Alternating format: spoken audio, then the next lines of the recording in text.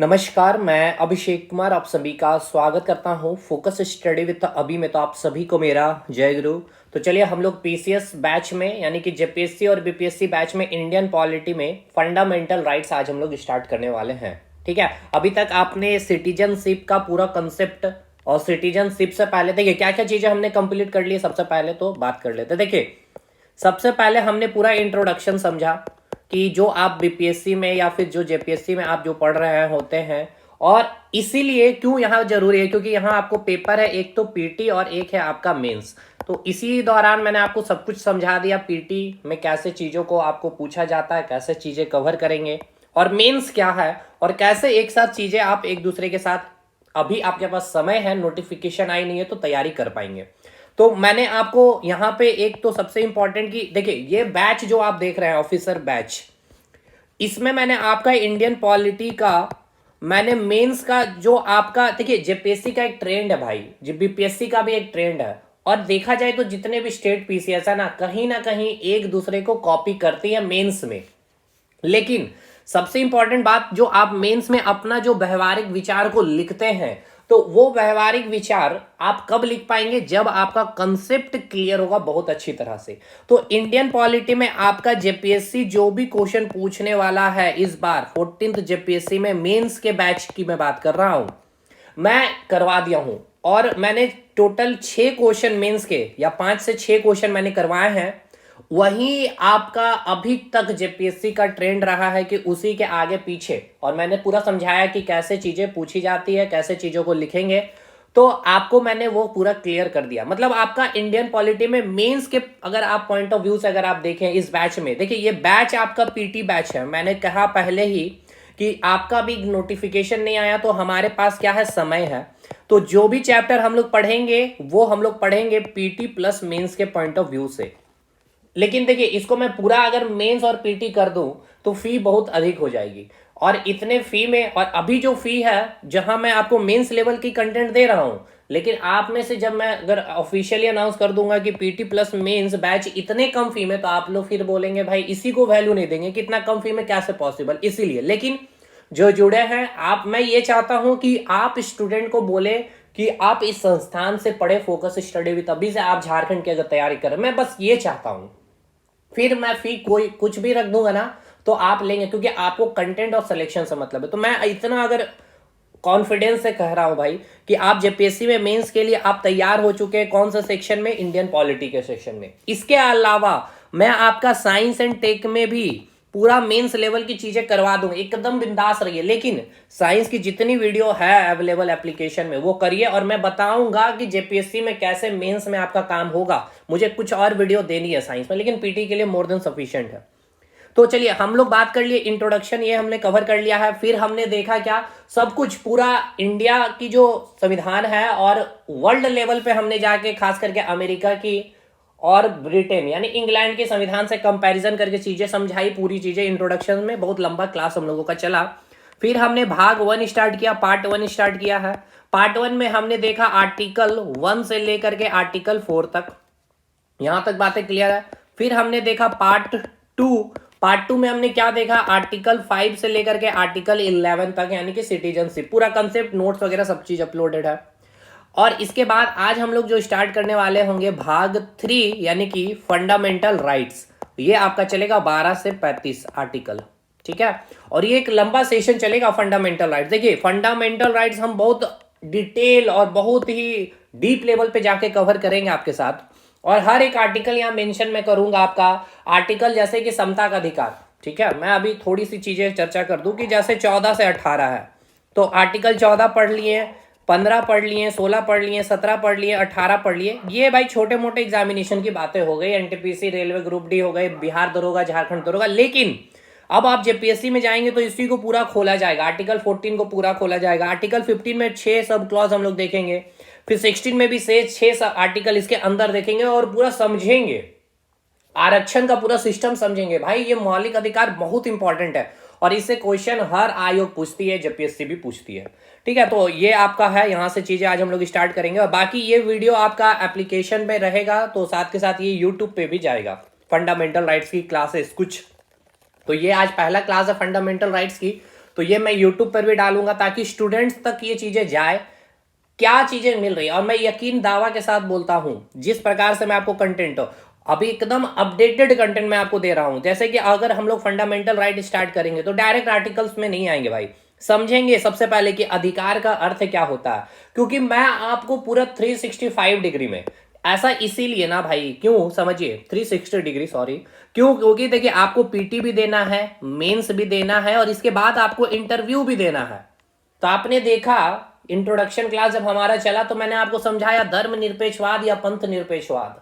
क्यों भारत में जो आपका संविधान है या लोकतांत्रिक व्यवस्था है, जो अमेरिका में भी या संघात्मक व्यवस्था है वहां भी है, यहां भी, दोनों के बीच में डिफरेंस क्या है। भारत में संघात्मक ढांचा तो संघात्मक है, लेकिन आत्मा क्या है, एकात्मक है। तो ये सब चीजें आपका इंटरव्यू में पूछा जाएगा। समता का अधिकारी जैसे आप पढ़ेंगे तो संविधान में समता का अधिकार मेंशन है, ना कि समानता का अधिकार। आखिर क्यों, इंटरव्यूअर आपसे पूछ सकता है भाई।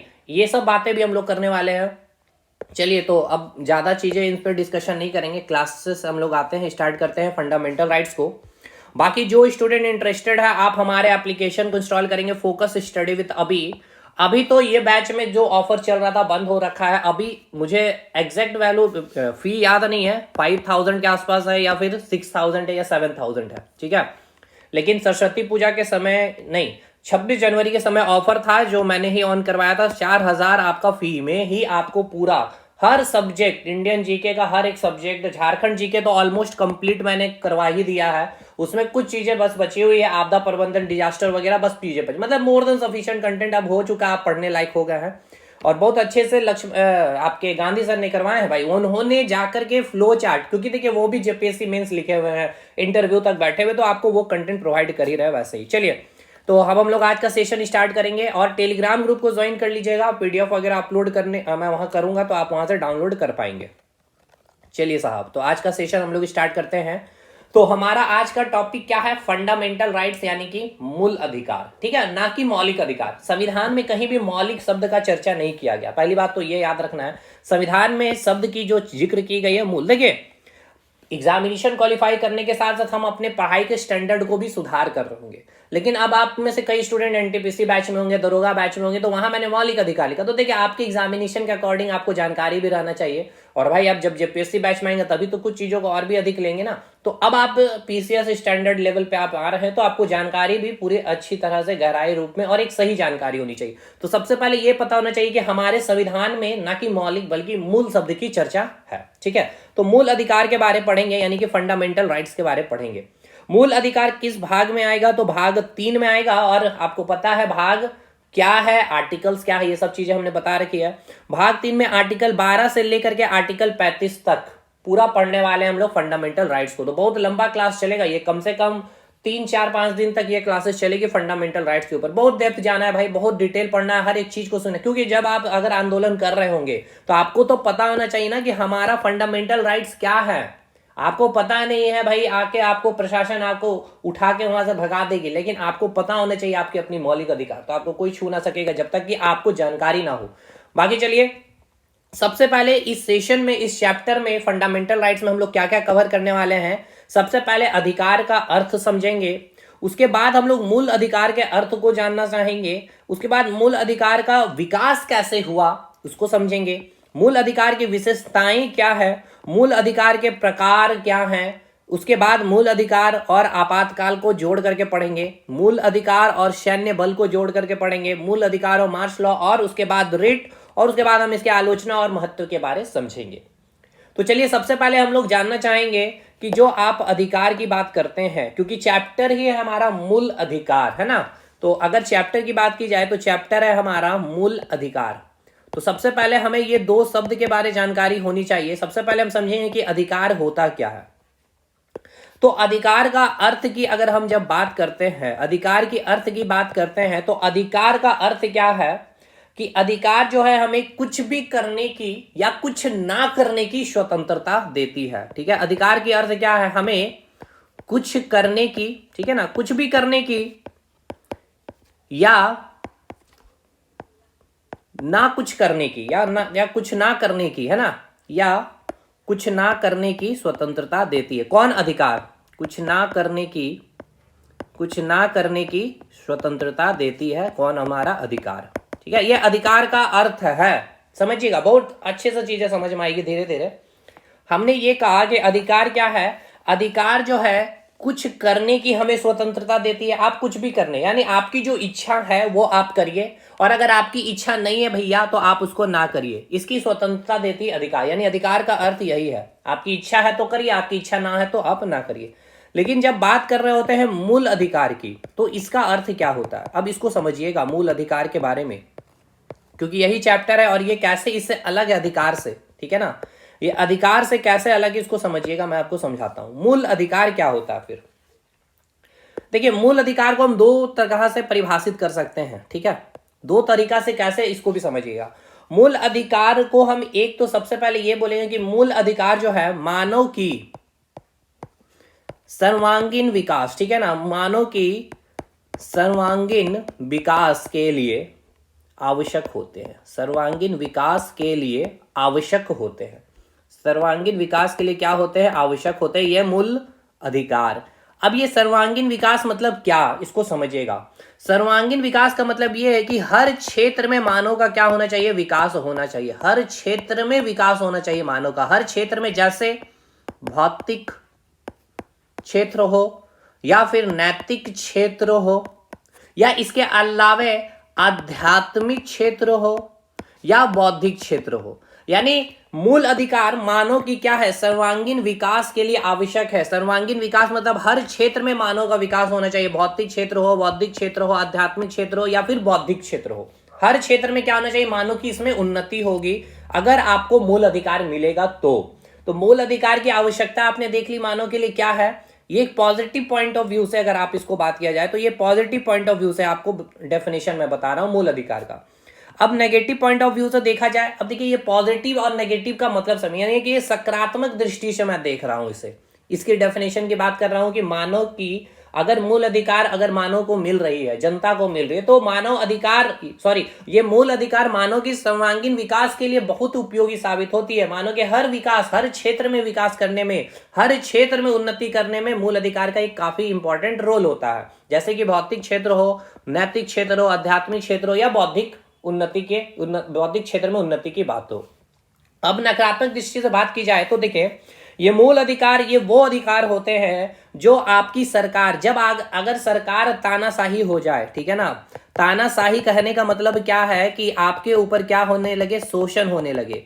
तो ये तानाशाही सरकार को रोकने वाला कौन है? तो ये रोकने वाला मूल अधिकार है। यानी कि सरकार के लिए क्या है? एक नकारात्मक रूप है ये मूल अधिकार। देखिए सरकार क्या चाहती है भाई, याद करिए मैंने बताया, सरकार तो चाहती है कि उन्हें 100% पावर मिल जाए, और जनता क्या चाहती है कि 100% स्वतंत्रता मिल जाए।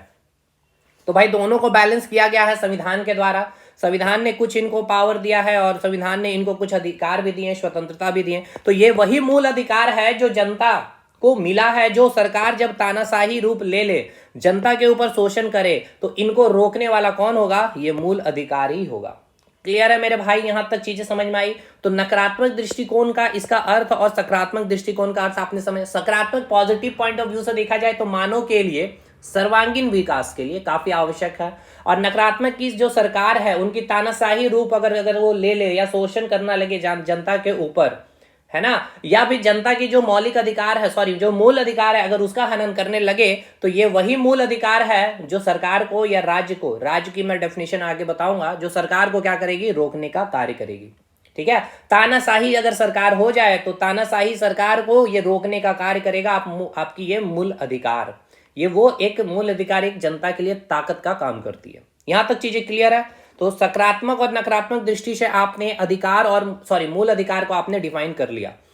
तो ये हमने 2 पॉइंट को कवर कर लिया है, अधिकार का अर्थ समझ लिया और मूल अधिकार का अर्थ समझ लिया। अधिकार मतलब आपकी इच्छा है करने की तो कीजिए, अगर नहीं इच्छा है तो भैया मत करिए। ठीक है, एक प्रकार की स्वतंत्रता है। मूल अधिकार को हमने 2 प्रकार से समझा। एक तो मानव का पॉजिटिव पॉइंट हमने देखा कि उनके सर्वांगीण विकास में काफी आवश्यक होगी, और दूसरा हमने देखा कि जब सरकार की निरंकुशता हो जाए, तानाशाही हो जाए, जनता के ऊपर शोषण करने लगे, तो नागरिक के हित की सुरक्षा के लिए, ठीक है, ये मूल अधिकार कार्य करती है। राज्य यानी कि सरकार अपनी जो पावर है अगर उसको गलत तरीके से उपयोग करने लगे जनता के ऊपर, तो नागरिक को सुरक्षित कौन करेगा? ये मूल अधिकार ही सुरक्षित करता है। यहां तक बातें क्लियर हुई नहीं, ये बताइएगा। चलिए, तो यहाँ पे कुछ चीजें नोट्स में क्या क्या लिखा गया है, पहले इसको भी हम लोग एक बार करते हैं रीड। अधिकार का यहाँ पर मैंने डेफिनेशन लिखा है कि अधिकार कुछ करने की या ना करने की स्वतंत्रता है। अधिकार न्यायोचित दावा, इसको भी समझिए। अधिकार क्या है? अधिकार को और अगर डिफाइन किया जाए तो अधिकार एक न्यायोचित दावा, मतलब कि न्यायिक दृष्टि से उचित है, ठीक है ना, न्यायिक दृष्टि से उचित है। अब एक सवाल यहाँ पे ये भी उठता है कि अधिकार और ये जो मूल अधिकार है ना, ये आपका जो अधिकार है और ये आपका जो मूल अधिकार है, ठीक है, दोनों में कौन बड़ा है भाई? देखिए, मूल अधिकार संविधान ने दिया है और आपको अधिकार कौन देती है? संसद यानी कि सरकार देती है। तो संसद यानी कि सरकार तो भैया संविधान के अधीन इसके अंदर आके काम करती है, यानी मूल अधिकार बड़ा है अधिकार से। तो आपको संसद यानी कि सरकार कानून बना के दी है, तो आप कुछ करने का जो भी, मतलब अगर कानून बना के दे दिया कि हाँ आपको बोलने की स्वतंत्रता, एक जस्ट मैं बता रहा हूं, तो आपकी मन है बोलने की, भाई मन है तो बोलिए, नहीं मन है तो मत बोलिए। लेकिन ये जो मूल अधिकार है, ये मूल अधिकार का प्रावधान कहां से मिला? तो हमें संविधान। तो संविधान से बड़ा कोई कुछ है क्या? नहीं है। इसलिए मूल अधिकार क्या है? बड़ा है अधिकार से। चलिए आगे देखते हैं हम लोग, यहाँ पे लिखा हुआ भी है। अब मूल अधिकार की यहाँ पे मैंने डेफिनेशन लिखी है। मूल अधिकार सर्वांगीण विकास के लिए आवश्यक होती है। किसके लिए? मानव के सर्वांगीण विकास के लिए आवश्यक होती है। हर क्षेत्र में विकास होगा, जैसे कि भौतिक हो, नैतिक हो, आध्यात्मिक, बौद्धिक में उन्नति, ठीक है। तो मूल अधिकार वे अधिकार होते हैं जो राज्य की निरंकुशता, देखिए मैंने यह लिखा भी है, मूल अधिकार वे अधिकार होते हैं जो राज्य, अब यहां पे एक वर्ड आपको मिल रहा है राज्य, तो राज्य का मतलब झारखंड राज्य, बिहार राज्य, उत्तर प्रदेश राज्य, उत्तराखंड राज्य नहीं है। मैं अभी राज्य को यहां साफ साफ आर्टिकल देखिए, फंडामेंटल राइट्स में आपको आर्टिकल 12 से आर्टिकल 35 पढ़ना है। तो आर्टिकल 12 में ही सबसे पहले हमारे संविधान निर्माता ने राज्य को परिभाषित किया कि राज्य कह रहे हैं वो किसको कह रहे हैं, वो राज्य को परिभाषित किया गया। अभी हम लोग आएंगे उस पर। तो मूल अधिकार वे अधिकार होते हैं जो राज्य की निरंकुशता यानी कि तानाशाही के विरुद्ध नागरिकों के हितों की रक्षा करते हैं। यानी कि जब राज्य मतलब होता है सरकार, ठीक है, बस अभी इतना समझिए कि राज्य का मतलब होता है सरकार। तो सरकार जब निरंकुश हो जाए यानी तानाशाही हो जाए, जनता के ऊपर शोषण करने लगे, तो उस सरकार के विरुद्ध नागरिकों के हितों की रक्षा कौन करेगी? आपका ये मूल अधिकार। मतलब राज्य तानाशाही शासन चलाना चाहे तो मूल अधिकार उसे चलाने नहीं देती है। क्लियर है यहां तक चीजें? बताइए। देखिए, सबसे पहले आपको अधिकार, और देखिए एग्जामिनर आपसे ये नहीं पूछेगा अधिकार और मूल अधिकार का अर्थ, ये आपका इंटरव्यूअर आपसे पूछेगा। जब आप इंटरव्यू देने जाएंगे सेलेक्ट हो करके, तो आप भाई बोलेंगे आपने संविधान पढ़ा है जहां पे आपके जिक्र की गई है अधिकार, मूल अधिकार की, तो आप अधिकार और मूल अधिकार के बीच का अंतर को डिफाइन करिए। तो अधिकार भाई हमारे संसद से मिली है, सरकार ने दी है, लेकिन मूल अधिकार हमें संविधान ने दिया है। तो दोनों में अगर देखा जाए बड़ा कौन है, तो मूल अधिकार है। और मूल अधिकार को भी आप डिफाइन कर सकते हैं और अधिकार को भी डिफाइन कर सकते हैं, आपने देखा है। आगे मैंने देखिए यहीं पे आते लिखी भी है, मूल अधिकार एवं अधिकार में मूल अधिकार बड़ा होता है क्योंकि मूल अधिकार संविधान ने दिया है और संविधान से बड़ा कुछ भी नहीं। संविधान से बड़ा जो विधिक दस्तावेज है उसके अधीन होकर के ही चाहे कार्यपालिका हो, चाहे विधायिका हो, चाहे न्यायपालिका हो, कार्य करती है। और अधिकार जो है संसद ने कानून बना करके दिया है। तो आपको कोई अधिकार दिया है, जैसे कि आप जब फॉर्म फिलअप करते हैं भाई, तो आप क्या करते हैं? जानकारी प्राप्त करते हैं आयोग के द्वारा, आप मेल करते हैं और पूछा जाता है कि कितना फॉर्म फिलअप किया। ये आपको अधिकार दिया गया है ना। आरटीआई जो आप करते हैं, ये आपको एक कानून का अधिकार है, सरकार ने कानून बनाकर आपको ये अधिकार दिया है। तो ये चाहे तो ये अधिकार को सरकार क्या कर सकती है भाई? चेंज भी कर सकती है, बदल भी सकती है, बंद भी कर सकती है। लेकिन जो मूल अधिकार है ये हमें संविधान ने दी है। जो संविधान निर्माता थे, जब संविधान लागू हो रहा था उसी समय हमारे संविधान में मूल अधिकार की बात की गई थी। लेकिन राइट टू एक्ट, जो आप आरटीआई करते हैं, ये बातें उस समय नहीं लिखी गई थी संविधान में। तो ये संसद में कानून के द्वारा आपको अधिकार दिया गया। समझ में आ गया मेरे भाई? चलिए अब आगे बढ़ते हैं हम लोग। तो देखिए अब आगे हम लोग सबसे पहले यहां पे राज्य को डिफाइन करेंगे, यानी राज्य का मतलब क्या सर, है ना। अब ये राज्य को समझना क्यों जरूरी है ना, इसके ऊपर भी थोड़ा सा मैं आपको चर्चा करता हूं ताकि आपको समझ में आ जाए कि ये राज्य आखिर चर्चा में क्यों आ रहा। देखिए आपको जो मूल अधिकार मिला है संविधान के द्वारा, ठीक है, तो आपको जो मूल अधिकार, कौन कौन सा मूल अधिकार मिला, अभी वेट करिए, हम लोग आएंगे उस पर। तो ये जो मूल अधिकार है, मूल अधिकार की सुरक्षा के लिए, अब ऐसा भी तो हो सकता है ना कि जो आपको मूल अधिकार मिला है संविधान से, इस मूल अधिकार को क्या किया जा सकता है, हनन किया जा सकता है, खत्म किया जा सकता है। तो मूल अधिकार, अब आप सोच रहे होंगे कौन, तो वही चीज को समझिए, वही चीज को समझाना चाह रहे हैं मैं, राज्य को। तो मूल अधिकार जो है राज्य के विरुद्ध, यानी ये जो राज्य है ना, ये राज्य आपका मूल अधिकार, ये राज्य जो है ये मूल अधिकार को खत्म ना कर दे, या इस मूल अधिकार में कोई कमी ना कर दे, या मूल अधिकार का हनन ना करे, या मूल अधिकार के अगेंस्ट में जाकर के कोई कानून ना बनाए। इसीलिए संविधान निर्माता ने सबसे पहले राज्य को क्या किया, परिभाषित किया। ठीक है, राज्य को क्या किया, परिभाषित किया, ताकि ये जो राज्य के अंदर जो जो शामिल है वो मूल अधिकार का क्या कर सकती है, उल्लंघन नहीं कर सकती। तो आपको पहले ये समझना होगा कि राज्य के अंदर कौन कौन आता है। ठीक है ना, राज्य के अंदर कौन कौन आता है, अब आएगा, एकदम बने रहिए, मैं आपको पूरा क्लियर कर दूंगा। आर्टिकल 12 में हमारे संविधान निर्माता ने राज्य को क्या किया है, परिभाषित किया है। राज्य को क्या किया गया है, परिभाषित किया है। राज्य को क्या किया है, परिभाषित किया है। इन्होंने साफ साफ लिखा है, राज्य को परिभाषित करने के दौरान, मैंने यहां नोट्स में लिखा भी है, चलिए नोट्स में ही आते हैं क्योंकि लिखने में टाइम भी लगेगा। देखिए आर्टिकल 12 जब आप देखेंगे तो आर्टिकल 12 में यहां लिखा गया है, भारत सरकार, यानी जो सरकार है अभी, भारत सरकार, भारत की संसद यानी कि लोकसभा और राज्यसभा, प्रत्येक राज्य की सरकार, यानी प्रत्येक राज्य की सरकार, यानी हर राज्य की जो भी सरकार है, और प्रत्येक राज्य का विधान मंडल, यानी जो एमएलए हैं उसके सदस्य, और स्थानीय प्राधिकारी और अन्य प्राधिकारी।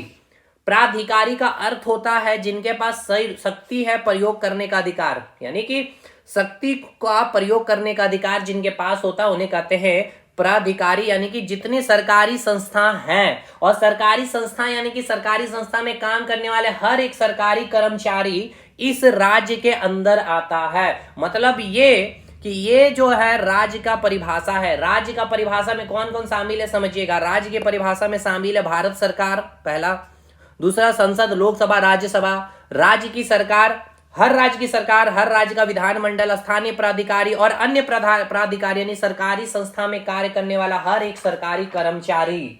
ठीक है ना, हर एक सरकारी कर्मचारी राज्य के परिभाषा में शामिल है। तो कोई सरकारी कर्मचारी है ना आपके मूल अधिकार का हनन नहीं कर सकता है। क्यों? क्योंकि यहां साफ साफ लिखा गया, देखिए यहां पढ़िएगा, राज्य की परिभाषा में संविधान निर्माता ने सबसे पहले राज्य को परिभाषित किया है।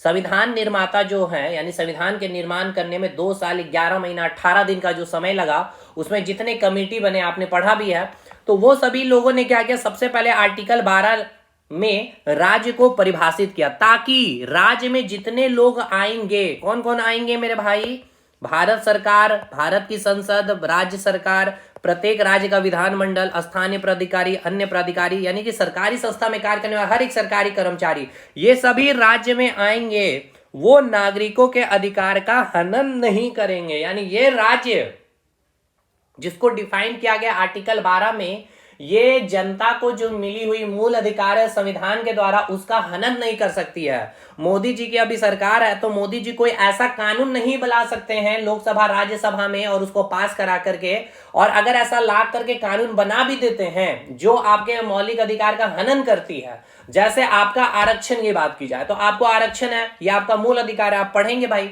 जो 23% SC ST देखते हैं, 27% OBC में आप आते हैं, वो पूरा मैं स्ट्रक्चर समझाऊंगा कि ये आखिर इतिहास हुआ कैसे, इसकी चर्चा आई के मंडल कमीशन वगैरह सब कुछ देखेंगे।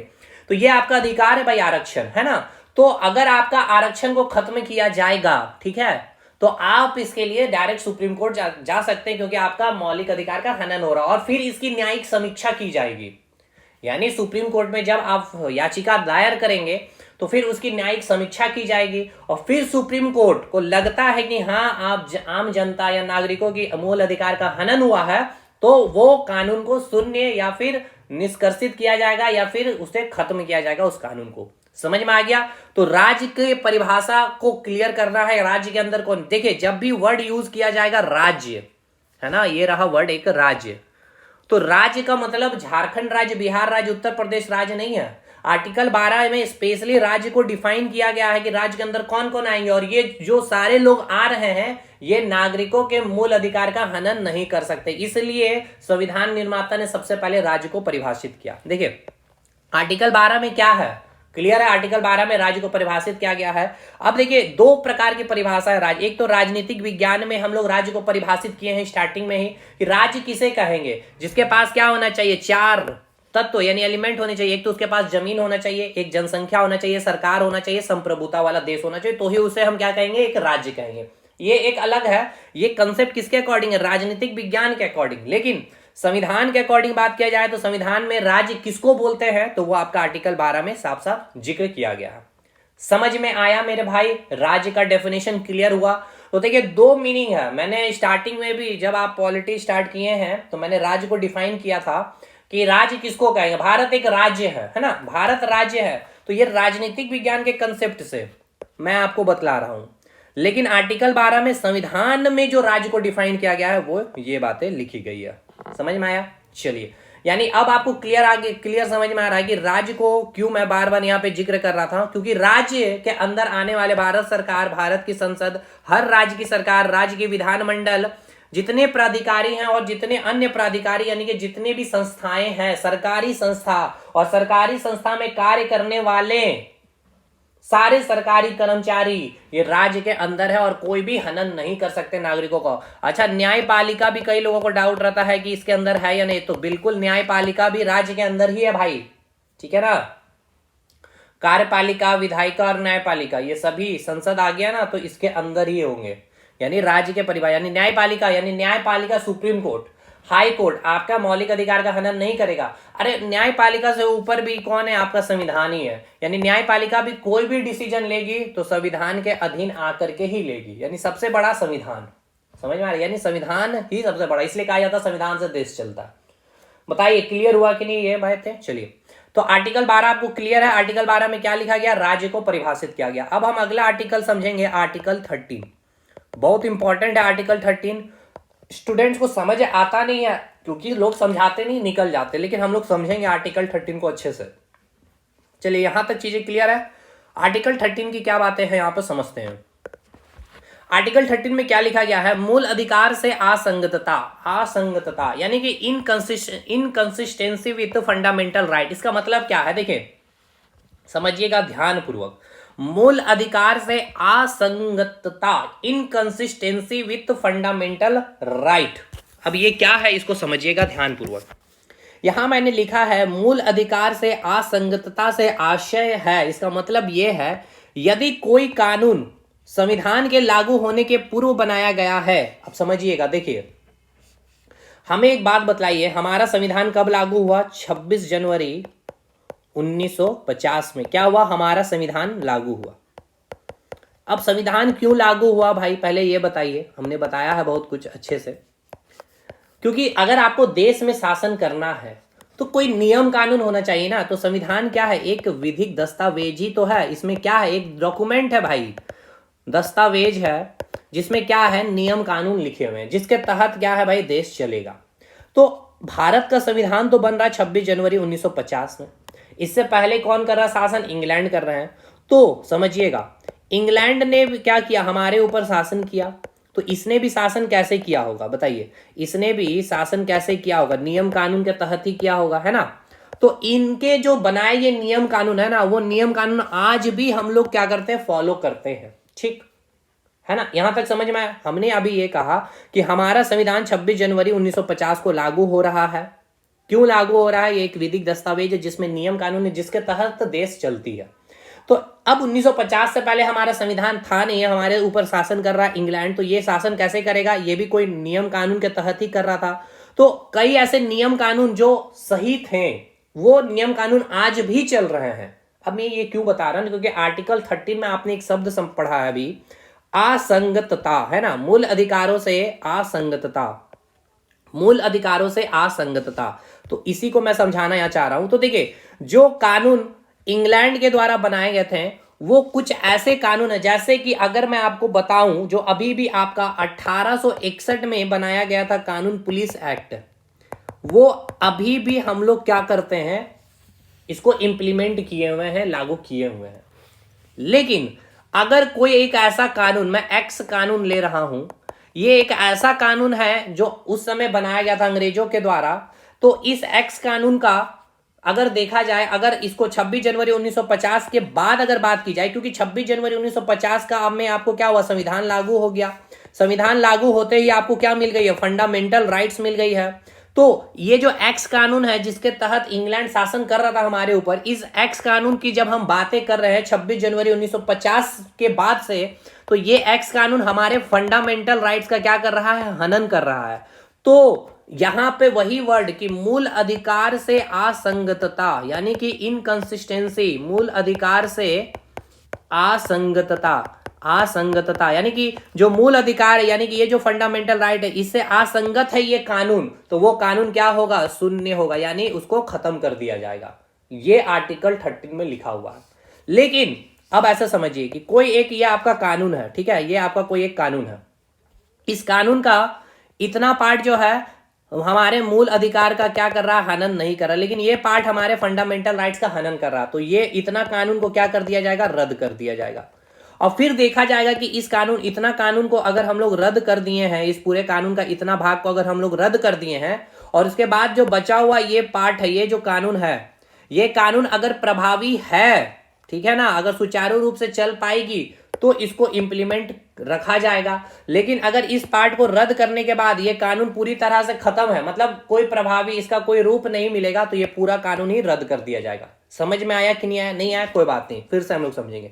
आइए थ्योरी में, अभी मैं आपको हल्का सा बेस दे दिया मूल अधिकार से असंगतता से, अब और भी अच्छे से चीजें समझ में आएगी। देखिए यहाँ क्या लिखा गया है, इसको समझिएगा, पढ़िएगा अच्छे से, तो और भी चीजें क्लियर होगी। यहाँ लिखा गया है, मूल अधिकार से असंगतता से आशय है कि यदि कोई कानून, है ना, संविधान के लागू होने के पूर्व बनाया गया है, अंग्रेजों के द्वारा कोई कानून बनाया गया था, क्योंकि हमारे ऊपर शासन कैसे करेगा भाई, अंग्रेजों ने भी हमारे ऊपर शासन किए, कैसे किए, कानून बना करके किए ना, तो संविधान लागू होने से पूर्व बनाया गया। लेकिन संविधान लागू होने के पश्चात भी वह अभी भी प्रभावी है, यानी अभी भी लागू है, तो यदि उस कानून का कोई भी एक हिस्सा जिस सीमा तक मूल अधिकारों का उल्लंघन करेगा, उस सीमा तक विधि शून्य या निलंबित या निष्क्रिय होगा। समझ में आया? जैसे कि ये कोई कानून है, इस कानून का इतना हिस्सा, ये लिमिट है, एक सीमा बन गया है, ये आपके फंडामेंटल राइट्स का हनन नहीं कर रहा, लेकिन इधर का जो पार्ट है ये हमारे फंडामेंटल राइट्स का क्या कर रहा है, हनन कर रहा है, तो इस पार्ट को क्या कर दिया जाएगा, शून्य, निलंबित, निष्क्रिय कर दिया जाएगा। और उसके बाद देखा जाएगा, ठीक है ना, उसके बाद देखा जाएगा जो बचा हुआ हिस्सा है, ठीक है ना, ये जो बचा हुआ हिस्सा है, इस हिस्से को हटा देने पर जो हिस्सा बचा है कानून का, वो काम लायक है या नहीं। अगर काम लायक है तो इसको लागू किया जाएगा, और इसको हटाने के बाद, इस हिस्सा को हटाने के बाद अगर ये काम लायक नहीं बचा ये कानून, तो इस पूरे कानून को रद्द कर दिया जाएगा। यह है मूल अधिकार से असंगतता, यानी कि इनकंसिस्टेंसी विथ फंडामेंटल राइट। बताइए आर्टिकल 13 क्लियर हुआ कि नहीं, ये बातें बताइएगा, ठीक है। यानी अब आइए हमारा जो मेन यहाँ इस टॉपिक में जो हमारा पार्ट खत्म करना है, हमने क्या पढ़ लिया भाई, मूल अधिकार का अर्थ समझा, मूल अधिकार का अर्थ समझ लिया है। अब देखेंगे हम लोग आर्टिकल 12 भी खत्म कर लिए हम लोग, और आर्टिकल 13 भी खत्म कर लिए, है ना, ये भी हम लोगों का समझ में आ गया अच्छे से, और आर्टिकल 12 भी हम लोगों ने कंप्लीट कर लिया, ठीक है। आर्टिकल 12 भी कंप्लीट है, आर्टिकल 13 भी कंप्लीट है, और अधिकार का अर्थ और मूल अधिकार का अर्थ भी कंप्लीट है। अब हम लोग समझेंगे कि जो मूल अधिकार है, इस मूल अधिकार का विकास कैसे हुआ। अचानक से तो हुआ नहीं होगा भाई, इसकी बातें पहले भी कहीं हुई होगी। अब यहां से क्वेश्चन आपके भर भर के पूछे जाते हैं मूल अधिकार के विकास से, एग्जाम के पॉइंट ऑफ व्यू से। 12-13 आर्टिकल समझ में आया कि नहीं आया बताइए। देखिए यहां से जो आपको इस पेज में जो मैंने नोट्स लिया है, यहां से जैसे कि एक, अब ये वाला आप देख लीजिए, यहां से आपका क्वेश्चन एक बनेगा, एक क्वेश्चन यहां से बन जाएगा, एक क्वेश्चन यहां से बनेगा, मूल अधिकार का विकास यहां से बनेगा, यहां से बनेगा, यहां से बनेगा, एंड देन यहां से बनेगा। पीटी के पॉइंट ऑफ व्यू से बता रहा हूं, यहां से बनेगा, बीपीएससी वगैरह में भी बनेगा, नॉर्मल वनडे एग्जाम में। ये आपका पूरा मूल अधिकार के विकास, यानी 1 2 3 4 5 6 7 8 9 और ये रहा 10। मूल अधिकार विकास में ये 10 पॉइंट है। अब इस 10 पॉइंट को आप लक्ष्मीकांत में पढ़ के आप थक जाइएगा इस प्रकार से फिर नोट्स में निकाल के लिखने के लिए, लेकिन यहां मैंने काम कर दिया। चलिए मूल अधिकार के विकास, यानी कि मूल अधिकार का विकास हुआ कैसे, इसको समझते हैं। देखिए एक चीज को समझना होगा आपको, हम अधिकार की बात कब करते हैं, यानी हमें अधिकार चाहिए भैया। देखिए अधिकार के भी बहुत सारे प्रकार है। अधिकार है, अधिकार से फिर आया मूल अधिकार, ठीक है ना। अधिकार से क्या क्या आया, मूल अधिकार आया। मूल अधिकार से फिर क्या आया भाई, मानवाधिकार आया, ठीक है, मानवाधिकार आया। अधिकार से देखिए अधिकार है, अधिकार के बाद डिमांड हुआ मूल अधिकार की, मूल अधिकार के बाद मानवाधिकार की डिमांड हुई, मानवाधिकार से फिर डिमांड हो गया आपका विशेषाधिकार, ठीक है ना, विशेषाधिकार की डिमांड हुई। विशेषाधिकार के बाद फिर आपको मिलने लगा सर्वाधिकार, ठीक है, सर्वाधिकार के बाद आ गया परमाधिकार। तो देखिए इस प्रकार से अधिकार की क्या हो रही है, डिमांड बढ़ते जा रही है। तो अधिकार की डिमांड कब होगी, जब आपके ऊपर क्या हो रहा होगा, शोषण हो रहा होगा, है कि नहीं। जब आपके ऊपर बहुत अधिक शोषण होगा, जब आपके ऊपर बहुत अधिक शोषण होगा, तभी तो जाके आप सरकार का क्या करेंगे, विरोध करेंगे। सरकार का आप क्या करेंगे, विरोध करेंगे। भैया आपने विरोध क्यों किया, क्योंकि आपके ऊपर सरकार बहुत ज्यादा क्या कर रहे हैं, उत्पीड़न कर रहे हैं, शोषण कर रहे हैं, तानाशाही रूप धारण किए हुए हैं। तब जाके आप सरकार का क्या करेंगे, विरोध करेंगे। और इस विरोध के परिणाम स्वरूप आप क्या मांग करते हैं, अधिकार की मांग करते हैं। आप क्या करते हैं, अधिकार की मांग करते हैं। तो अब इतना समझ लीजिए, जब अधिकार के इतने प्रकार आपको देखने को मिल रहे हैं, अधिकार, मूल अधिकार, मानवाधिकार, विशेषाधिकार, सर्वाधिकार, परमाधिकार, यानी अगर अधिकार के इतने प्रकार की डिमांड हो रही है, इट मीन समाज में कहीं ना कहीं बहुत अधिक राजशाही, तानाशाही और जनता के ऊपर बहुत ज्यादा शोषण जो है चरमोत्कर्ष पर चढ़ा हुआ है। यानी कि पीक लेवल पे सरकार क्या कर रही है, जनता का शोषण कर रही है, राजशाही शासन चला रही है, तानाशाही शासन चला रही है। तभी तो इतने प्रकार के अधिकार की मांग हो बैठी है। अभी आपको मैंने यह समझाया कि जब जनता के ऊपर बहुत अधिक उत्पीड़न, शोषण, राजशाही, तानाशाही शासन चलने लगता है, तब जनता सरकार का क्या करने लगते हैं, विरोध। और इस विरोध के परिणाम स्वरूप ही क्या काम मांग की करती है जनता, अधिकार की। तो जैसे कि आपका एग्जाम्पल ये रहा, अधिकार से मूल अधिकार, मूल अधिकार से मानवाधिकार की मांग, मानवाधिकार से विशेषाधिकार, सर्वाधिकार और परमाधिकार। तो ये अधिकार की जब अगर समाज में इतनी प्रकार की मांग हो उठी है, यानी कि समाज में राजशाही और तानाशाही का भी पूरा चरमोत्कर्ष पर शासन चल रहा है कि नहीं भाई। तो जब भी याद रखिएगा, जब भी समाज में बहुत अधिक तानाशाही रही है, तो उस तानाशाही को रोकने के लिए हम कब या फिर उसको कम करने के लिए क्या करते हैं, हम अधिकारों की मांग करना शुरू कर देते हैं। तो इस प्रकार से अधिकार, मूल अधिकार का विकास हुआ है। इसलिए मैं ये बातें आपको समझाई। तो देखिए यही बात यहाँ पे लिखा भी गया है, जब भी समाज में बहुत अधिक तानाशाही, राजशाही अपने चरमोत्कर्ष पर होगी, अपने चरमोत्कर्ष पर यानी पीक लेवल पे होगी, तो उस तानाशाही, राजशाही को रोकने के लिए या कम करने के लिए अधिकारों की मांग शुरू होगी। तो सबसे पहले जो मांग शुरू हुई मूल अधिकार की, देखिए मूल अधिकार के संदर्भ में अगर देखा जाए तो सबसे पहला प्रमाणिक दस्तावेज जो मिलता है वो 1215 का मैग्ना कार्टा या इंग्लैंड का है, या अभी समझाएंगे मैग्ना कार्टा वगैरह क्या है, इसको समझिएगा। देखिए मैग्ना कार्टा का कंसेप्ट को समझिएगा, क्या था इंग्लैंड में, समझिएगा इंग्लैंड में हुआ क्या था। इंग्लैंड में जो राजा हैं और जो जमींदार हैं, ठीक है ना, राजा और जो जमींदार हैं, पहली बार 1215 में पहली बार राजा जो है जमींदार को क्या किए गए, दबाव में आए। राजा जो थे जमींदार के दबाव में आ गए और 1215 में कुछ अधिकार का क्या किया, स्थानांतरण किया, ट्रांसफर किया। राजा ने कुछ अधिकार अपने से ट्रांसफर कर दिए जमींदार में, यानी कि राजा के अधिकार में क्या हुई, कमी आई, और जमींदार के अधिकार में क्या हुई, इंक्रीमेंट हुई। मैंने ये कहा कि इंग्लैंड में 1215 में राजा जो थे वहां और जो जमींदार थे, 1215 में पहली बार राजा ने क्या किया, अपने कुछ अधिकार को क्या किया, स्थानांतरित किए, ट्रांसफर किए थे। किनको, जमींदार को। जमींदार को कुछ अपना अधिकार दिया, यानी कि इनके अधिकार में, राजा के अधिकार में कमी आई और जमींदारों के अधिकार में क्या हुई, बढ़ोतरी हुई, ठीक है। तो इसीलिए इसे क्या कहा जाता है, इसे कहा जाता है मैग्ना कार्टा। इस समय इंग्लैंड का राजा का नाम भी अगर आपसे पूछ लिया जाए तो याद रखिएगा, किंग जॉन, ठीक है ना। इस समय राजा कौन थे, किंग जॉन। तो मूल अधिकार के संदर्भ में यह पहला दस्तावेज है मैग्ना कार्टा, याद रखिएगा, ये इसे कहा जाता है मैग्ना कार्टा। ये पहला दस्तावेज है मैग्ना कार्टा, मूल अधिकार का। तो ये इंग्लैंड में मैग्ना कार्टा या ये इंग्लैंड का है। 1215 में मैग्ना कार्टा जो है ये इंग्लैंड में दिया गया था राजा के द्वारा जमींदार को। क्या किया गया था, अधिकार का ट्रांसफर किया था, कुछ अपने अधिकार में कमी लाई राजा ने और जमींदार को अधिकार दी। तो जब भी कोई भी विशेषाधिकार कभी भी व्यक्ति को मिलता है तो उसकी तुलना किससे कर दी जाती है, मैग्ना कार्टा से कर दी जाती है, ठीक है। तो मूल अधिकार अगर देखा जाए, मूल अधिकार का अगर स्रोत देखा जाए, इसकी उत्पत्ति देखा जाए तो कहां से हुई है भाई, इंग्लैंड से हुई है। 1215 में सबसे पहले जो राजा थे इंग्लैंड के, किंग जॉन ने अपने कुछ अधिकार को ट्रांसफर किया किसके पास? जमींदार के पास। तो इसे ही क्या कहा गया था? मैग्ना कार्टा 1215 का। तो जब भी कोई अधिकार की बात होती है तो उसकी कंपैरिजन हम मैग्ना कार्टा से कर देते हैं। तो मूल अधिकार का अगर आपसे पूछा जाए उत्पत्ति तो इंग्लैंड में हुई है, लेकिन भारत ने अपने संविधान में जो मूल अधिकार जोड़ा वो इंग्लैंड से नहीं लिया था भाई, वो अमेरिका से लिया था। क्यों लिया वो भी मैं आपको समझाऊंगा, बट अभी ये इतना समझिए यहां तक की बातों को।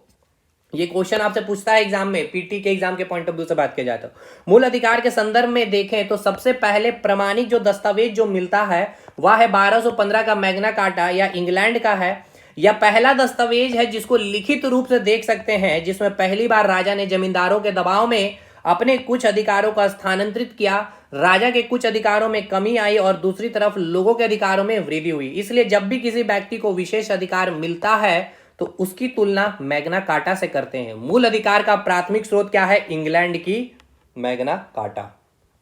याद है? तो क्वेश्चन पूछा जाएगा मैग्ना कार्टा का संदर्भ कब आया? 1215 में। राजा कौन थे? किंग जॉन थे। और प्राथमिक स्रोत कहां है? तो मूल अधिकार का इंग्लैंड है, इंग्लैंड का मैग्ना कार्टा है। प्रथम यानी पहला प्रमाणिक दस्तावेज जो मिला कहां से? तो यही 1215 का मैग्ना कार्टा है। पॉइंट याद हो गया? चलिए इसके बाद देखिए, अगर अमेरिका की बात की जाए तो अमेरिका में जब मूल संविधान था उस समय मूल अधिकार की बात नहीं की गई थी। देखिए यहां लिखा भी मैंने, अमेरिका के मूल संविधान में मूल अधिकारों की व्यवस्था नहीं थी। यानी जब संविधान जब बना अमेरिका तो उसमें कहीं भी मूल अधिकार की चर्चा नहीं की गई थी। बाद में वहां पे आंदोलन हुआ अमेरिका में, और इसी के आंदोलन में बिल ऑफ राइट, जो आंदोलन था बिल ऑफ राइट में, इसकी बिल ऑफ राइट की शुरुआत हुई, और इसी बिल ऑफ राइट के माध्यम से अमेरिका में मूल अधिकार की व्यवस्था शुरू हुई। तो ये क्वेश्चन आपसे पूछा जाएगा, जो अमेरिका में मूल अधिकार का जो स्रोत रहा वो क्या रहा था? बिल ऑफ राइट 1791 में। देखिए मैंने लिखा है 1791 में अमेरिका में बिल ऑफ राइट्स को लाया गया, जो अमेरिका में मूल अधिकार की व्यवस्था का स्रोत है। और हमने यानी भारत ने मूल अधिकार लिए हैं किससे? तो अमेरिका के बिल ऑफ राइट यानी कि अमेरिका के संविधान से। समझ में आया ना? अब आपके मन में यह डाउट आ रहा है कि हमने अमेरिका से ही क्यों लिए, इसको भी समझिएगा। यह बात क्लियर हुआ कि नहीं? देखिए हमने ये कहा कि यहीं से भारत के मूल अधिकार लिए गए। कहां से? अमेरिका से। अमेरिका में मूल अधिकार की जो व्यवस्था स्टार्ट हुई है कब हुई? 1791 में। अमेरिका में बिल ऑफ राइट को लाया गया, जो अमेरिकी मूल अधिकारों की व्यवस्था का स्रोत है। अब समझिएगा इंग्लैंड का जो सिस्टम को समझिएगा, यह है आपका इंग्लैंड और यह है आपका अमेरिका, ठीक है। अब इनके बीच के मूल अधिकार को इसके डिफरेंस को समझिएगा। देखिए इंग्लैंड की जो फंडामेंटल राइट्स है, मूल अधिकार जो है लिखित रूप से नहीं है, ठीक है ना, रिटन नहीं है। क्या है? रिटन फॉर्म में नहीं है।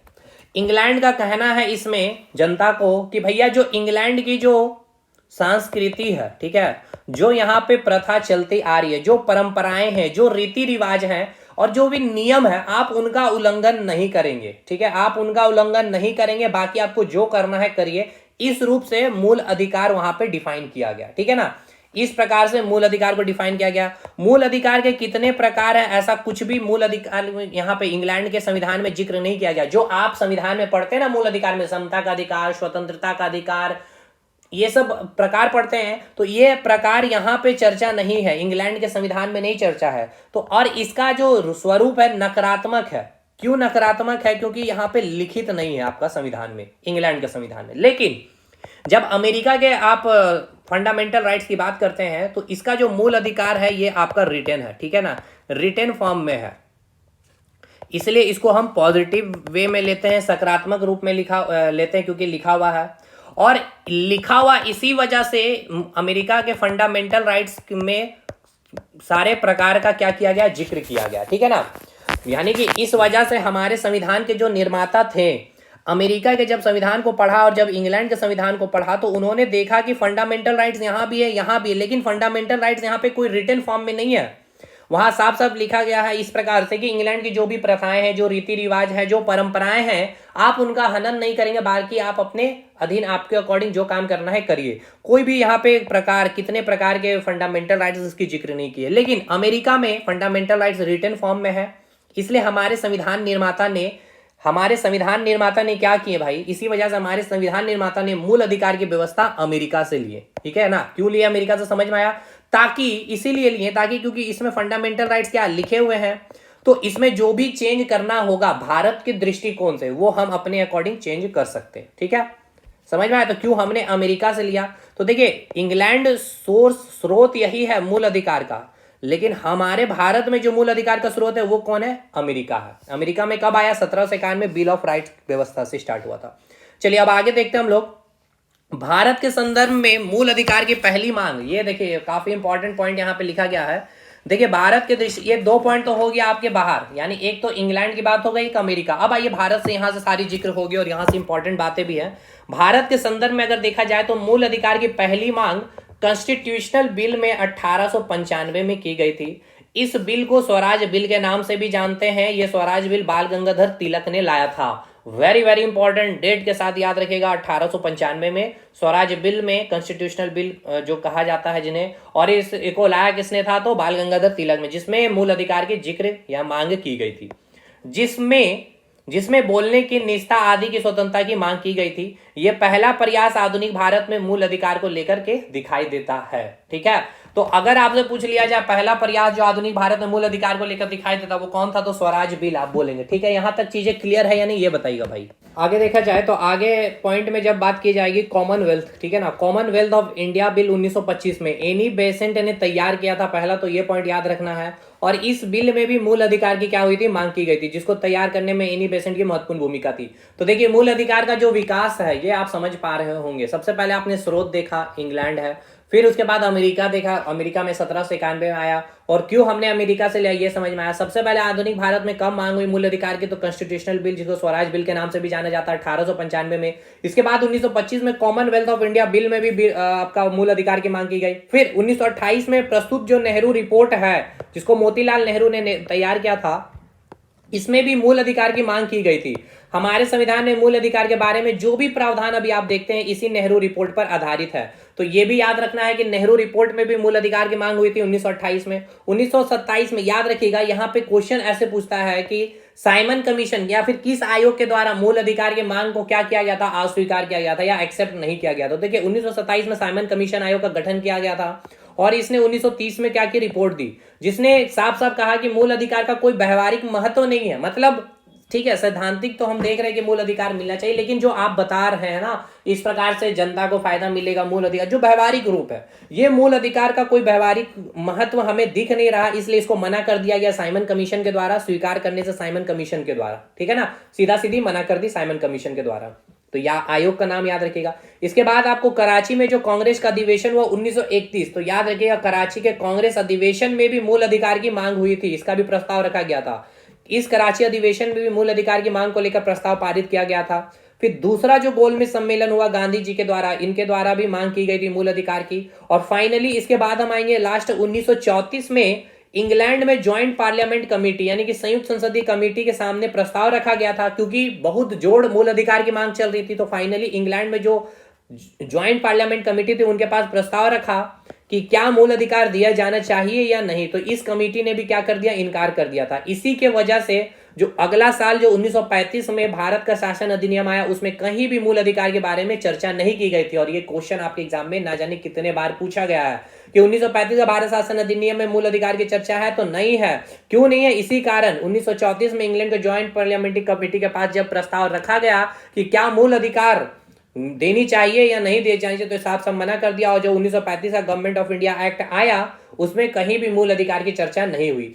फाइनली संविधान सभा की जो गठन की योजना प्रस्तुत करने वाली जो कैबिनेट मिशन 1946 आई, उन्होंने सुझाव दिया कि मूल अधिकार तथा अल्पसंख्यक वर्ग के अधिकारों पर सिफारिश देने के लिए एक कमेटी बनाई जाए, जिसको ध्यान में रखते हुए सरदार वल्लभ भाई पटेल की अध्यक्षता में एक समिति बनी और जेबी कृपलानी की उपाध्यक्षता, उनके उपाध्यक्ष बनाए गए उप समिति के। और इन्हीं समितियों के सुझाव के आधार पर मूल अधिकार के संविधान में क्या किया गया, शामिल किया गया, यानी मूल अधिकार फिर हमारे संविधान में शामिल हुआ।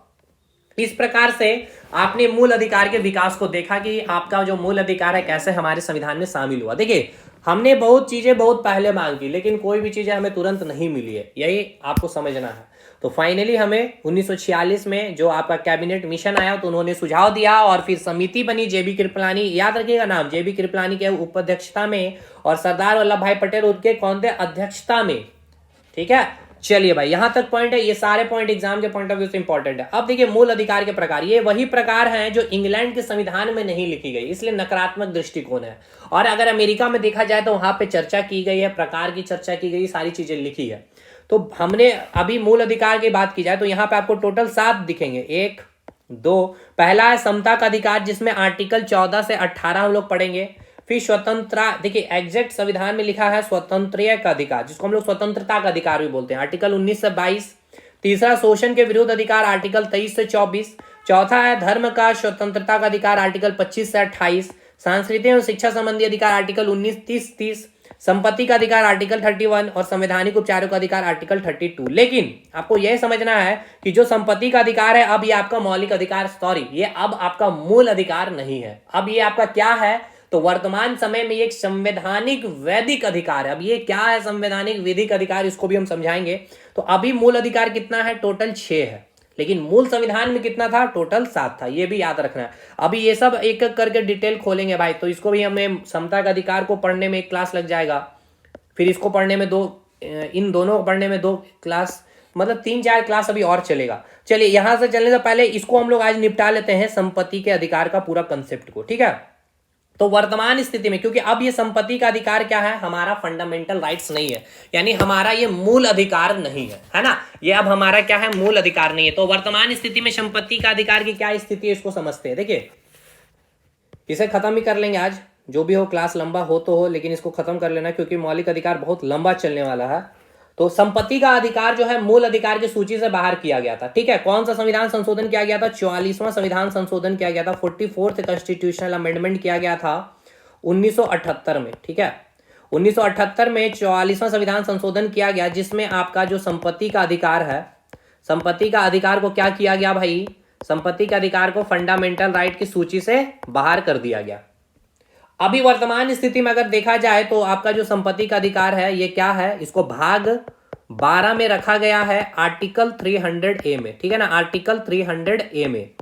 अगर देखा जाए वर्तमान स्थिति में, तो देखिए मैं लिख रहा हूं एक साफ साफ शब्दों में, इसको समझना है।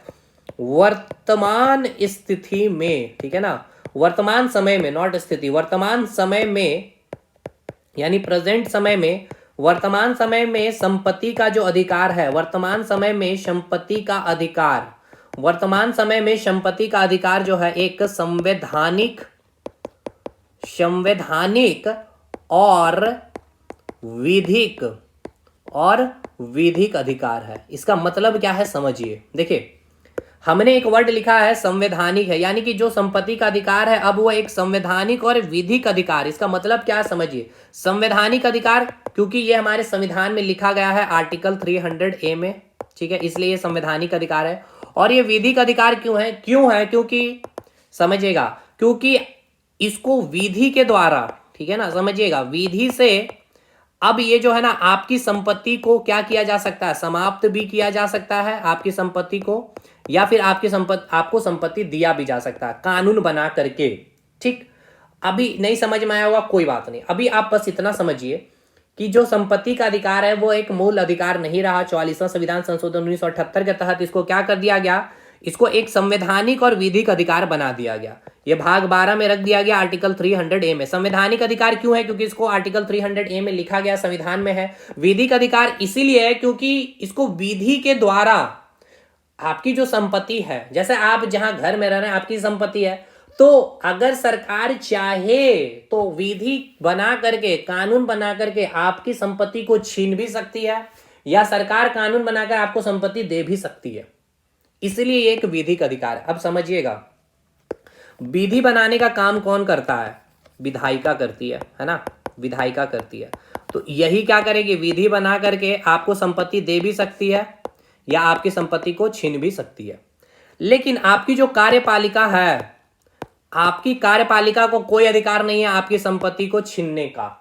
यह अधिकार है केवल, इसलिए यहां लिखा गया विधिक अधिकार। तो अगर जैसे कि कोई प्रशासन आती है और आपके संपत्ति का हड़प कर रही है, तो भाई उसके पास एक डॉक्यूमेंट होगा किस विधि के तहत कार्यपालिका आई है। बिना डॉक्यूमेंट के वो आपकी संपत्ति का या आपकी संपत्ति को छीन नहीं सकती है। क्लियर है, यहां तक बातें क्लियर है। अब एक बात और भी संविधान में लिखा है साफ साफ कि संपत्ति का जो अधिकार है, ठीक है ना, यानी कि जो संपत्ति है इसमें अनिवार्य नहीं है, यानी कि यहां पर मैंने लिखा भी होगा, अगर यहां देखा जाए तो शायद यहां मैंने लिखा हुआ, देखिए इस लाइन को अभी हम लोग पूरा पढ़ेंगे। देखिए यहां लिखा गया है वर्तमान समय में, एक मिनट, ये नहीं, यहां देखा जाए, देखिए वर्तमान, ये रहा, वर्तमान समय में संपत्ति का जो अधिकार है एक संवैधानिक और एक विधिक अधिकार है। संवैधानिक इसीलिए क्योंकि संविधान में लिखा है आर्टिकल 300A में, और कौन सा भाग में है तो संविधान के भाग 12 में आर्टिकल 300A में प्रावधान किया गया संपत्ति का अधिकार को। और विधिक अधिकार इसलिए क्योंकि विधि से आपकी संपत्ति को क्या की जा सकती है, छीनी जा सकती है, आपको संपत्ति दी जा सकती है। अब यहां अगला शब्द देखेंगे कि विधि के प्राधिकार के अतिरिक्त किसी भी व्यक्ति को उसकी संपत्ति से वंचित नहीं किया जाएगा। समझिए ये लाइन का क्या मतलब है। देखिए यहां लिखा गया है संविधान के भाग 12 में आर्टिकल 300A में प्रावधान किया गया है कि, क्या प्रावधान किया गया है कि विधि के प्राधिकार के अतिरिक्त, यानी विधि के प्राधिकार मतलब विधि बनाने वाली जो बॉडी है यानी कि विधायिका, इसके अलावा कोई भी व्यक्ति आपकी संपत्ति को छीन नहीं सकती है या फिर उसकी संपत्ति से वंचित नहीं किया जाएगा। किसी भी व्यक्ति को उसकी संपत्ति से वंचित नहीं किया जाएगा अगर आपकी प्रॉपर्टी है तो। ये तभी आपसे छीना जा सकता है जब विधायिका चाहे, तो यहां साफ साफ शब्दों में लिखा गया। अब आ गया ये, वर्तमान समय में किसी व्यक्ति की संपत्ति कार्यपालिका से क्या है, सुरक्षित है, लेकिन विधायिका से नहीं है भैया। कार्यपालिका प्रशासन आपकी संपत्ति नहीं छीन सकती, लेकिन विधायिका चाहे तो कानून बनाकर आपकी संपत्ति को छीन सकती है। संपत्ति का अधिकार जो है संपत्ति का संविधान का मूल ढांचा नहीं है, ठीक है ना। अब देखिए ऐसा, इसको समझिएगा थोड़ा सा चीजों को। मैं यहाँ पे जैसे कि एक गलत चीजें जानकारी होती है कि आपकी प्रॉपर्टी अगर सरकार लेती है, ठीक है ना, अगर आपकी संपत्ति को सरकार लेती है तो साफ साफ जिक्र किया गया है, हमारे संविधान में नियम जिक्र है कि सरकार चाहे तो इसके बदले आपको पैसा दे, जो भी मुआवजा, या चाहे तो पैसा दे भी सकती है मुआवजा, या चाहे तो मुआवजा नहीं भी दे सकती। ये सरकार के ऊपर डिपेंड करता है। अब ये गलत फहमी है कि सरकार आपकी जमीन ले रही है ना, तो उसके बदले आपको मुआवजा देगी, जरूरी नहीं, लेकिन हाँ दे देती है। ऐसा इसीलिए क्योंकि देखिए इनको बाद में वोट भी लेना होता है, इसीलिए दे देती है, लेकिन कहीं भी जिक्र नहीं है कि आपको मुआवजा देगी ही देगी, ठीक है, क्लियर है। तो साफ साफ लिखा गया है, देखिए ये वर्ड लिखा गया है संपत्ति के अनिवार्य, देखिए ये वर्ड लिखा गया है संपत्ति के अनिवार्य अधिग्रहण, यानी कि कब्जा कर लिया गया अगर सरकार के द्वारा, यानी कानून बना करके संविधान के अनिवार्य अधिग्रहण पर, यानी कब्जा कर लेने पर क्षतिपूर्ति के लिए, ठीक है ना, क्षतिपूर्ति की व्यवस्था नहीं है। ये साफ साफ ये शब्द लिखी हुई है, क्षतिपूर्ति की व्यवस्था नहीं है। यानी अधिग्रहण कर लिया गया, अगर कब्जा कर लिया है सरकार ने आपकी जमीन को, तो इसकी क्षतिपूर्ति की कोई व्यवस्था नहीं है भैया सरकार के पास। इसके लिए कोई मुआवजा सरकार नहीं देगी चाहे तो, लेकिन दे देती है क्योंकि उनको फिर बाद में वोट भी लेना होता है। यहां तक बातें क्लियर है या नहीं, ये बताइएगा। आपको समझिए कि क्यों संपत्ति के अधिकार को, है ना, संपत्ति के अधिकार को क्यों फंडामेंटल राइट्स यानी कि मूल अधिकार से हटाया गया, इसको समझिएगा थोड़ा सा। देखिए 1947 से लेकर के 1977 तक एक पार्टी की सरकार थी, किसकी चली थी, कांग्रेस की सरकार चली थी, ठीक है। 1977 वो टाइम है जब क्या है, सरकार की सत्ता बदल रही है, यानी कि जनता पार्टी की सरकार बन रही थी। जो अभी चुनाव हारी कांग्रेस, इसके बाद जगह में कौन आ रही थी, जनता पार्टी आ रही थी। 1977 में कौन आई, जनता पार्टी आई भाई। देखिए जनता पार्टी की जब सरकार बनी तो जनता पार्टी के जितने भी नेता थे, इनकी जो विचारधारा थे समाजवादी विचारधारा के थे। समाजवादी मतलब भैया ना कोई गरीब ना कोई अमीर रहेगा, है ना कोई गरीब रहेगा ना कोई अमीर रहेगा। तो संपत्ति का अधिकार अगर मूल अधिकार है, ठीक है, सब इनका विचारधारा क्या है, समाजवादी विचारधारा है। और इनका मानना था कि संविधान में जो संपत्ति का अधिकार रहता है तो ये समाजवाद लाने में बाधक होगा, क्योंकि इनका विचारधारा गरीबी नहीं, गरीबी हटाना है, मतलब गरीबी अमीरी के बीच की जो गैप उसको कम करना है। तो ये कब आएगा, जब समाजवादी, जब हम पूरा का पूरा चीजों को फॉलो करेंगे। लेकिन यहाँ पे जो संपत्ति का अधिकार है, संपत्ति का अधिकार जो संविधान में एक फंडामेंटल राइट्स है, अगर ये रहेगा तो ये बाधा उत्पन्न करेगा समाजवाद या फिर इस गरीबी और अमीरी के बीच के जो खाई को मिटाने में, है कि नहीं। क्योंकि भाई जो बिजनेसमैन है तो बहुत अधिक प्रॉपर्टी है, तो वो लोगों को नीचे रूप में ही देखेंगे। इसलिए भैया ज्यादा प्रॉपर्टी है तो गुमान ना करे, सरकार की विधायिका कभी भी आपको संपत्ति को विधि बना करके आपसे छीन सकती है, और कोई बिना मुआवजा के भी। ये इसीलिए अमीरी गरीबी के बीच की खाई जो बढ़ जाएगी, तो इस बढ़ गई है या बढ़ जाएगी, उसको कम करने के लिए, ठीक है ना, उस खाई को कम किया जाए, सबको बराबर किया जाए, तो तब होगी जब ये संपत्ति का अधिकार है, ठीक है ना, जब ये संपत्ति का अधिकार, जब मूल अधिकार नहीं रहेगा। इसलिए जब तक ये संपत्ति का अधिकार रहेगा तब तक ये बराबरी नहीं आएगी। ये एक कारण था मूल अधिकार की सूची से संपत्ति के अधिकार को हटाने की, ठीक है। दूसरा कारण ये भी था, पहला कारण तो आपको समझ में आ गया कि एक तो गरीबी अमीरी के बीच की खाई को मिटाना, दूसरा ये कि जैसे ये आपका प्रॉपर्टी है और यहाँ पे एक रेलवे स्टेशन और एक रेलवे स्टेशन है, तो अब इसकी कनेक्टिविटी इस प्रकार से है। लेकिन अगर ये आपका लैंड आ गया बीच में, अब ये मूल अधिकार है तो सरकार आपसे छीन नहीं सकती। अगर छीनेगी तो आप सुप्रीम कोर्ट चले जाएंगे, सुप्रीम कोर्ट फटकार लगाएगी सरकार को। तो अब इसलिए संपत्ति का अधिकार अब एक विधिक अधिकार हो गया है। तो अब सरकार क्या करेगी, कानून बना करके भैया देश का विकास करना है हमें, यहाँ से रेल पटरी, क्योंकि टाइम भी कम लगेगा, सरकार का खर्च भी बचेगा, जनता को भी। तो देखिए लोक कल्याण के लिए भी, जनता की भी भलाई हो रही है इसमें, सरकार का भी पैसा बच रहा, तो जनता की भलाई है, देश आगे बढ़ेगा। तो दूसरा कारण था कि देश को अगर विकास की गति देना है तो उस गति में संपत्ति का अधिकार भी बाधक हो रहा था। ये जो संपत्ति का अधिकार है ये भी देश के विकास के लिए बाधक हो रहा था। ये एग्जांपल के तहत आप समझ लिए। तो इस संपत्ति को क्या किया, कानून बनाया जाएगा भाई, विधि लाया जाएगा सरकार के द्वारा, इस संपत्ति को आपसे हड़प लिया जाएगा। हाँ, इसके बदले मुआवजा सरकार दे या ना भी दे। तो ये कारण है इसको हटाने की।